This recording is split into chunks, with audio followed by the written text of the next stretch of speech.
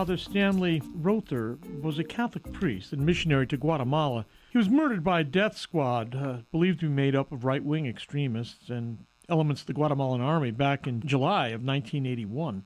In June, the Congregation of the Causes of Saints officially recognized Father Rother as a martyr. It's a critical stage before his beatification and canonization. And joining me right now to discuss this new martyr is Father Price Oswalt. He's a priest of the Archdiocese of Oklahoma City for 19 years and currently pastor of St. Joseph Old Cathedral. And he's director of the Servant of God Father Stanley F. Rother Guild. Talk to me about Father Rother.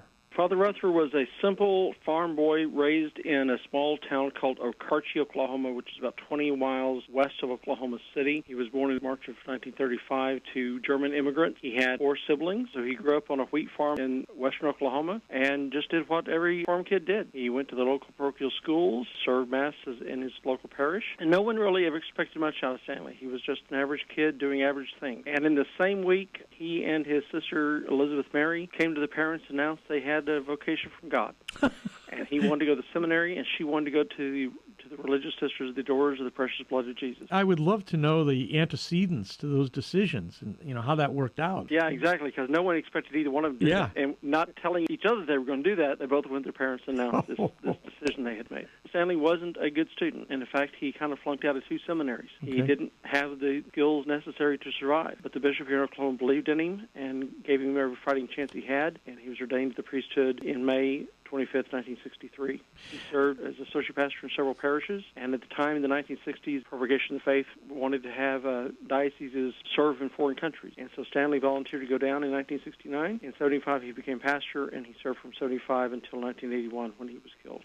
I noticed at the time that there were a number of Catholic priests and nuns who were killed in Guatemala, El Salvador, I think. Unfortunately, in conservative political circles in America, people said, well, these priests and nuns were killed because they were doing radical left-wing liberation theology politics in Central America. Put this in context for us so we know the commitment Father Stanley had to the people there and to God. There certainly were times and places where some of that could be true, but Stanley wasn't one who was messed up in politics. All Stanley wanted to do was help the people. So he took what he knew from the farm and he would give it to the people. And his mentality was, if I help the people become self-sufficient, they won't have to rely upon the government regardless of what politics are going on in Guatemala City. Right, exactly. If I can teach them how to love God, trust in God, and provide their own meals, then they can survive on their own. Yeah.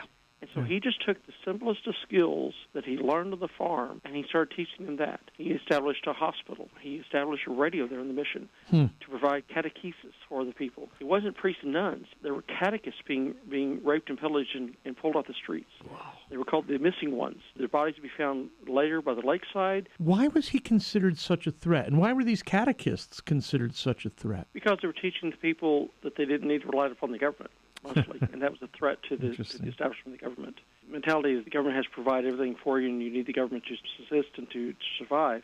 If suddenly people are teaching you, no, you don't need that, then that's a threat. And to teach people to love God is a threat. That's all they were doing. Yeah. They were teaching the faith, spreading the faith, and teaching people to subsist on their own. It's amazing how in some ways, such a common sense message like that would be perceived so threatening that they would have to kill him. And again, I think shows remarkable courage and virtue on his part.